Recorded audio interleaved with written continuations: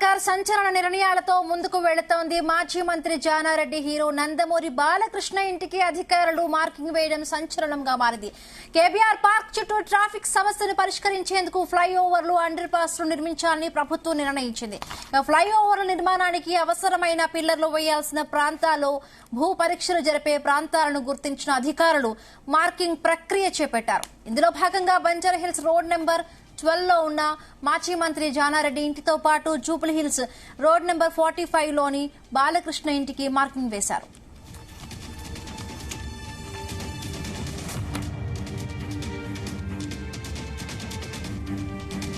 జానారెడ్డికి సంబంధించిన compound wall తో పాటు బాలకృష్ణ ఇంటి భాగంలో కొంతమేర భూసేకరణ కింద పోతుందని అధికారులు చెబుతున్నారు.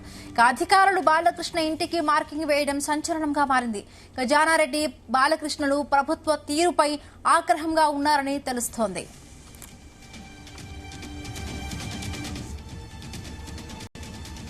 రైట్ గా ఇదే అంశానికి సంబంధించి మరిన్ని పూర్తి updates crime bureau chief Ravi Teja అందిస్తారు. రవితేజ, హైదరాబాద్ కేపీఆర్ పార్క్ చుట్టూ ట్రాఫిక్ సమస్యను పరిష్కరించేందుకు కాంగ్రెస్ ప్రభుత్వం అధికారంలోకి వచ్చిన తర్వాత ఫ్లైఓవర్లు, అండర్ పాస్ నిర్మించాలంటూ కూడా ప్రభుత్వం ఈ నిర్ణయాన్ని తీసుకుంది. ఇందులో భాగంగా Hyderabad city innovative and transformative infrastructures HCT project కింద 1090 కోట్లతో 8 స్టీల్ బ్రిడ్జిలు, 6 అండర్ పాస్ నిర్మాణాలకు ఈ అనుమతులు మంజూరు చేస్తూ గతంలోనే టెండర్లు పిలిచేందుకు కూడా ఇప్పటికే రాష్ట్ర ప్రభుత్వం రంగం సిద్ధం చేసుకుంటా ఉంది. ఈ నేపథ్యంలో ఫ్లైఓవర్ల నిర్మాణానికి అవసరమైనటువంటి పిల్లర్లు వేయాల్సినటువంటి ప్రాంతంలో భూ పరీక్షలు జరిపే ప్రాంతాలను గుర్తించినటువంటి అధికారులు మార్కింగ్ ప్రక్రియను చేపట్టారు.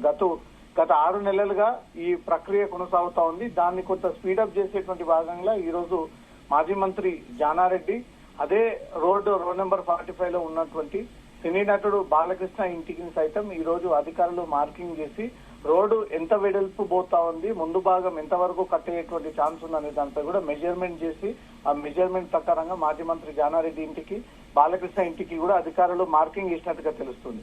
ఈ మార్కింగ్ చేస్తున్నటువంటి క్రమంలో నా ఇంటికే టెండర్ వేస్తారా అంటూ కూడా రాష్ట్ర ముఖ్యమంత్రి రేవంత్ రెడ్డితో మాట్లాడతాను, ఎన్నో ప్రభుత్వాలను చూశాను, నా ఇంటి స్థలం ఇచ్చే ప్రసక్తే లేదు అంటూ కూడా మాజీ మంత్రి, కాంగ్రెస్ సీనియర్ నాయకుడు జానారెడ్డి ఇంటి వద్ద మార్కింగ్ చేసేటువంటి అధికారుల పట్ల కొంత అసహనం వ్యక్తం చేస్తూ వారిపైన ఆగ్రహాన్ని వ్యక్తం చేసినట్టుగా తెలుస్తోంది. ఏపీకి చెందినటువంటి టీడీపీ ఎమ్మెల్యే నందమూరి బాలకృష్ణ కూడా తీవ్ర అసంతృప్తితో ఉన్నట్టుగా ఈ ప్రచారం జరుగుతా ఉంది. ఎందుకంటే ఇద్దరు ఇళ్లలో ఒకవేళ ఈ రోడ్ మార్కింగ్ తొలగించాల్సి వస్తే సుమారు ఇంటి గుమ్మం వరకు కూడా తొలగించాల్సినటువంటి అవసరం ఉంటుంది. ఇంట్లో సగ భాగం అంతా కూడా ఈ రోడ్ వైడనింగ్ లో పూర్తి స్థాయిలో తొలగించాల్సినటువంటి అవసరం ఉంటుంది. ఇల్లు సగ భాగానికి పైగా నష్టం జరిగేటువంటి అవకాశం ఉంటుంది. బంజారాహిల్స్ రోడ్ నెంబర్ 12 నుంచి రోడ్ నెంబర్ 45 వరకు ఈ భూ సేకరణకు సంబంధించి, ఈ రోడ్డు వెడల్పులకు సంబంధించి ప్రభుత్వం గతంలోనే కొన్ని శాంపుల్స్ ని కూడా వీడియో ఆడియోకి సంబంధించినటువంటి చిత్రాలు కూడా వదిలేసి ఏ రకంగా ఆ రూపకల్పన, ఆ అండర్ పాసులు, హైవేలు, స్కై బ్రిడ్జిలు ఏ రకంగా ఉంటాయి, ఫ్లైఓవర్లు అనే దానిపై కూడా కొన్ని నమూనాలు కూడా వీళ్ళు రిలీజ్ చేయడం జరిగింది. ఈ సందర్భంగా పిల్లర్ల ప్రక్రియ ఈ పాటికి స్టార్ట్ అవ్వాల్సి ఉంది. టెండర్లో కొంత ఆలస్యం జరగడంతో ఇప్పుడిప్పుడే ప్రభుత్వం ఆ టెండర్లకు కొంతమంది ఆసక్తి చూపుతూ ముందుకొచ్చారు. ముందుగా ఈ ఇరువైపులా, ఇటు కేబీఆర్ పార్క్ వైపు, ఇటు జానారెడ్డి ఇంటి వైపు కూడా 2 వైపుల నుంచి కూడా కొన్ని మీటర్ల మేరకు అక్కడ రోడ్లంతా కూడా వెడల్పు చేసి అక్కడ ఉన్నటువంటి ఇళ్లనంతా కూడా డెమాలిష్ చేసి ఖాళీ స్థలాన్ని ఆ టెండర్ తీసుకునేటువంటి ప్రాజెక్ట్ నిర్వాహకులకు ఈ రోడ్డు అప్పగించాల్సి ఉంటుంది. కాబట్టి దాంట్లో భాగంగానే ఈ రోజు జానారెడ్డి ఇంటికి మార్కేయడము, బాలకృష్ణ ఇంటికి మార్కేయడంతో మాత్రం ఇద్దరికి సమాచారం చేరడంతో ఇద్దరు కూడా ప్రభుత్వ అధికారులపైన ఆగ్రహం వ్యక్తం చేస్తా ఉన్నారు. ఇటీవల కాంగ్రెస్ ప్రభుత్వం అధికారంలోకి వచ్చిన తర్వాత హైడ్రా పేరుతో అక్కినేని నాగార్జునకు చెందినటువంటి మాదాపూర్ కన్వెన్షన్ కూల్చివేత, నిన్న పుష్ప 2 సినిమా తొక్కిసలాట సందర్భంగా అల్లు అర్జున్ పై కేసు రిమాండ్ చేయడము, ఇది 3వ ఘటనగా ఇండస్ట్రీకి చెందినటువంటి వ్యక్తి, రాజకీయ నాయకుడు అయినటువంటి జానారెడ్డి ఇద్దరిని కూడా ప్రభుత్వం కదిపేటువంటి ప్రయత్నం చేస్తా ఉన్నారు. జానారెడ్డి ఇటు అధికారుల పైన అసంతృప్తిగా ఉండి ఆగ్రహాన్ని వ్యక్తం చేయడము, ఇటు బాలకృష్ణ ఇల్లు కూడా సగం మేరకు కూడా మార్కింగ్ చేసి ఈ ఇల్లు త్వరలో కూల్చేయబోతా ఉన్నాం అనే దానికి ఉద్దేశంతో ఈ మార్కు వేశారు. మొన్న కన్వెన్షన్, నిన్న అల్లు అర్జున్, ఈ రోజు బాలకృష్ణ వరుసగా ఈ సినీ సెలబ్రిటీలనే టార్గెట్ చేసి అధికారులు ఈ యాక్టివిటీస్ సాగిస్తా ఉన్నారు. ఎక్కడో చోట సినీ సెలబ్రిటీలనే టార్గెట్ గా చేసి ఇవన్నీ రోజువారీగా కొనసాగిస్తా ఉన్నారని ఒక చర్చ సాగుతా ఉంది. ఈ రోడ్డు వెడల్పుకి సంబంధించి రాజకీయ నాయకులు గాని, సినీ ప్రముఖులు గాని, ఇంకా వ్యాపారవేత్తలు గాని ఎవరైతే ఈ రోడ్ నెంబర్ 45 నుంచి రోడ్ నెంబర్ 12 వరకు ఈ వైడనింగ్ సందర్భంగా కూలిపోతున్నటువంటి ఇల్లు బాధితులంతా కూడా అధికారులకు, ప్రభుత్వానికి సహకరిస్తారా, లేదా తిరిగి వారిపై తిరగబడి ఏ ఒక్క అధికారి ఇటు వైపుగా రాకూడదు, ఏళ్ల తరబడి ఉంటున్నటువంటి ఇల్లు రాజకీయ నాయకులు తమకు అండగా ఉంటారు. ఎన్నో ప్రభుత్వాలు మారాయి, ఎంతమంది ముఖ్యమంత్రులతో కలిసి పనిచేసినటువంటి అనుభవం ఉంది. ఇప్పుడు కొత్తగా తమ ఇళ్లను కూల్చేస్తామంటే మేము ఏ రకంగా ఒప్పుకోవడం అంటూ కూడా వీళ్ళు పూర్తి స్థాయిలో దాన్ని నిరాకరించి అధికారులు వస్తే మాత్రం వారిని ప్రశ్నించి అడ్డుకునేటువంటి ప్రయత్నాలు కూడా ముందు ఉండబోతున్నాయి అనేది మాత్రం ఈ రోజు జానారెడ్డి ఆగ్రహం వ్యక్తం చేసినటువంటి తీరు కనబడతా ఉంది. బాలకృష్ణ ఇప్పటి వరకు దీనిపైన అయితే ఎక్కడ కూడా స్పందించలేదు. తన సోషల్ మీడియా ద్వారా స్పందించేటువంటి అవకాశం ఉంది. తన ఇంటికి అంటే రవితేజ వీళ్ళకి అంటే ఇప్పుడు ఇళ్లకి సంబంధించి అంటే గవర్నమెంట్ తరపు నుంచి ఎవరైనా నోటీస్ ఇవ్వడం జరుగుతుందా, అంటే ఎట్లా ఉంటుంది? ఒకవేళ ఇప్పుడు బాలకృష్ణ గాని జానారెడ్డి గాని ఎవరైనా ఇళ్లను కోల్పోతున్నామంటే ఒప్పుకునే పరిస్థితి ఉండదు.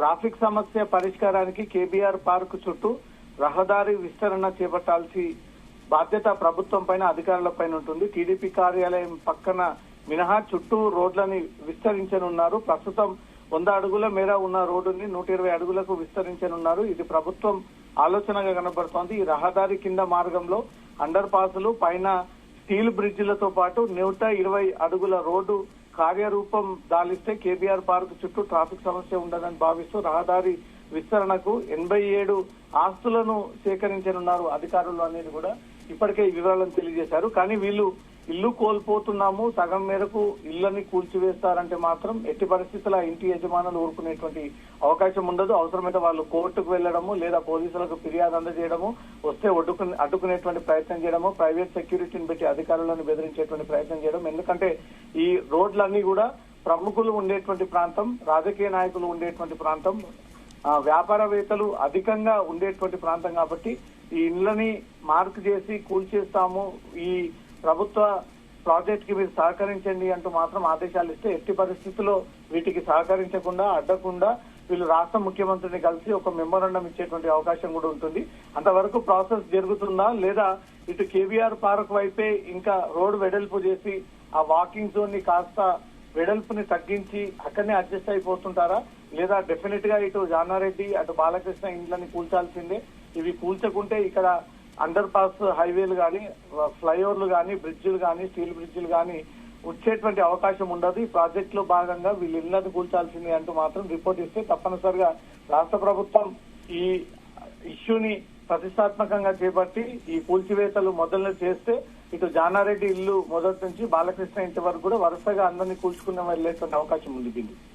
Okay Ravi Teja, thank you.